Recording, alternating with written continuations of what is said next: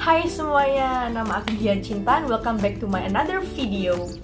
So, hari ini aku bakalan ngadain podcast yang bakalan ngebahas tentang gimana sih seorang entrepreneur itu bisa bertahan di masa pandemi ini. Oke. Dan di video ini aku nggak sendirian, tapi aku ditemenin sama salah satu narasumber. Tentu aja narasumbernya adalah seorang entrepreneur muda yang udah ngebangun bisnisnya dari 2018 lalu sampai sekarang masih ada bisnisnya dan masih dijalankan. Oke. Jadi narasumber aku ini dia itu tinggalnya di Malang. Dan siapa sih narasumber aku ini? Oke, aku kasih hints-nya ya. Dia ini ngejalanin bisnis kuliner, ada minuman dan juga ada dessert box. Nah, udah pada kepo kan? Oke, langsung aja aku panggilin narasumbernya dan langsung aja kita ngobrol-ngobrol bareng narasumbernya. Oke. Hai, apa kabar?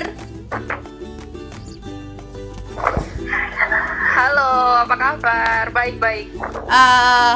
Bentar, buat para penontonnya nih ya, kalau nggak tahu, jadi narasumber aku ini namanya Jessie Iskandar. Dia ini entrepreneur dari Malang, masih umur 21 tahun, muda, cantik, tapi udah punya banyak bisnis. Tepuk tangan dong. Oke, jadi gimana nih Jess, kesibukan kamu nih apa nih sekarang? Sekarang sih lagi sibuk ya ngurusin kuliah, sama sekarang ya juga lagi jalanin bisnis sih. Lagi sibuk ini aja sekarang. Oh, online ya? Gimana nih kuliah online sama bisnis online? Susah nggak? Ya kalau dibilang susah sih, ya susah nggak susah ya. Tapi kan kita harus bisa menyesuaikan ya dengan kondisi. Gimana pun kondisi sekarang ya kita harus tetap jalan kan. Oh, oke. Ngomong-ngomong soal pandemi nih ya, video kita kali ini punya tema sebenarnya tuh. Jadi temanya itu How an Entrepreneur Can Survive in this Pandemic. Jadi bagaimana seorang entrepreneur itu bisa mempertahankan bisnisnya walaupun ada pandemik yang udah mulai dari bulan Maret kemarin. Jadi bisalah Jessie Iskandar sedikit cerita tentang gimana cara mempertahankan bisnisnya nih.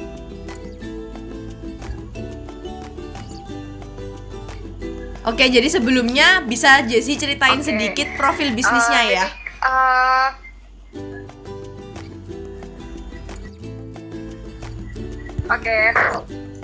Jadi awalnya aku mulai bisnis itu pertama karena emang aku anaknya suka coba-coba ya, terus suka berkreasi, suka coba ini itu, terus juga sebenarnya aku ini tipe orang yang kalau kerja itu nggak suka ikut orang. Jadi kenapa ya aku cari-cari usaha-usaha sendiri gitu.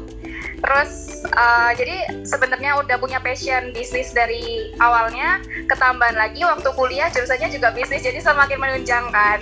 Jadi awal sebelum aku masuk kuliah itu aku udah buka usaha minuman. Aku jual, ada yang pernah tahu Puyo nggak? Puyo ya, tahu Puyo. Yang kayak jelly tuh ya? Nah iya, aku ya jualan. Awalnya tuh aku jualan puding sejenis Puyo gitu, silky puding, namanya Jedot. Kalau kalian tahu ada tuh di Malang. Oke, nanti bisa dikasih Instagramnya. Ya. Oke, nah jangan lupa ya follow Instagramnya, namanya @jedot.id. Oke. Itu bisnis aku sebelum aku kuliah. Terus semenjak aku masuk kuliah, belajar banyak kan tentang ini itu, terus dituntut juga harus punya bisnis sendiri. Akhirnya aku sama teman-temanku kita beralih ke usaha cake. Ada yang pernah tahu nggak dessert box? Kalau di Jakarta itu yang lagi hits tuh Bittersweet by Najla. Ada yang tahu nggak? Oh iya tahu lagi ngehits banget itu memang. Ya jadi awalnya tuh aku suka kan makan dessert boxnya Najla itu, terus karena aku lihat peluang di Malang belum ada, akhirnya aku buka usaha itu sekarang. Oh, jadi terinspirasi dari dessert boxnya itu ya yang di Jakarta itu ya?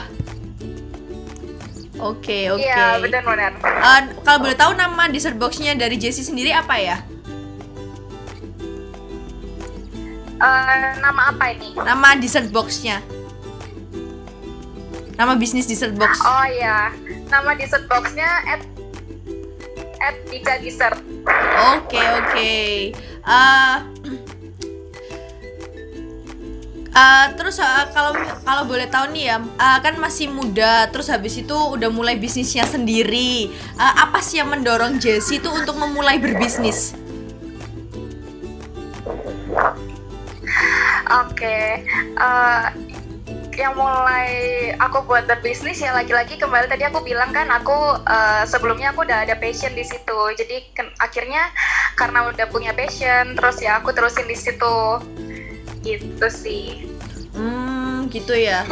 Terus juga ngelihat lagi ada hits, jadi ada peluang Iya. gitu ya. Jadi kamu ambil aja peluangnya. Oke. Iya, jadi kan berawal dari tadi itu kan aku cerita kalau aku suka dessert box itu yang sekitar Cipta Najla. Terus aku waktu di Malang tuh lihat kan, pingin gitu makan dessert box lagi, tapi kok nggak ada yang jual. Akhirnya aku tuh belajar gimana sih cara bikin dessert box itu.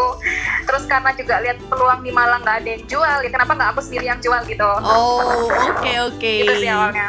Oke, berarti Jessie ini pinter masak dong ya? Sebenarnya kalau dibilang pintar masak sih enggak, bahkan aku nggak punya dasar masak-masak itu aku nggak tahu. Tapi karena ya tadi aku lihat peluang, akhirnya aku berusaha belajar gimana sih cara bikin kue, terus bikin layer-layerin dessert box, akhirnya jadi belajar gitu. Oke, jadi gitu. Wah, keren.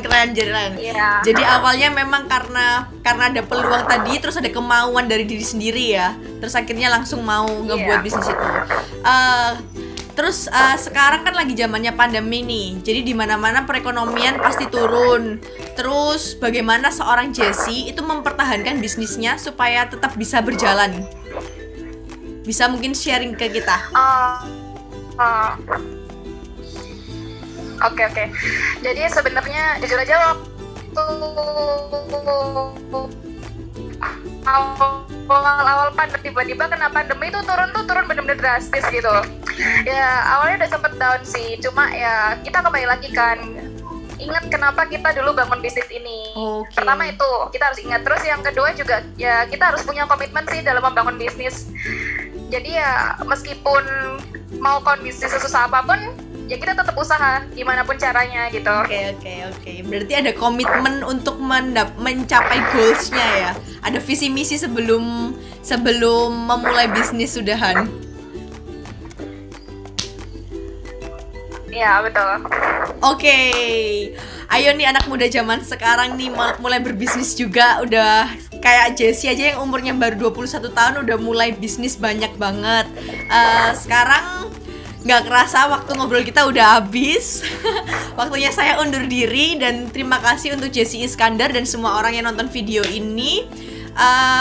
Makasih sekali lagi buat Jessie udah mau jadi narasumber aku.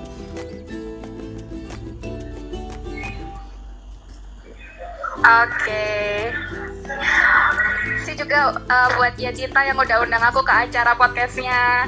Thank you semua. Oke, bye-bye. Makasih.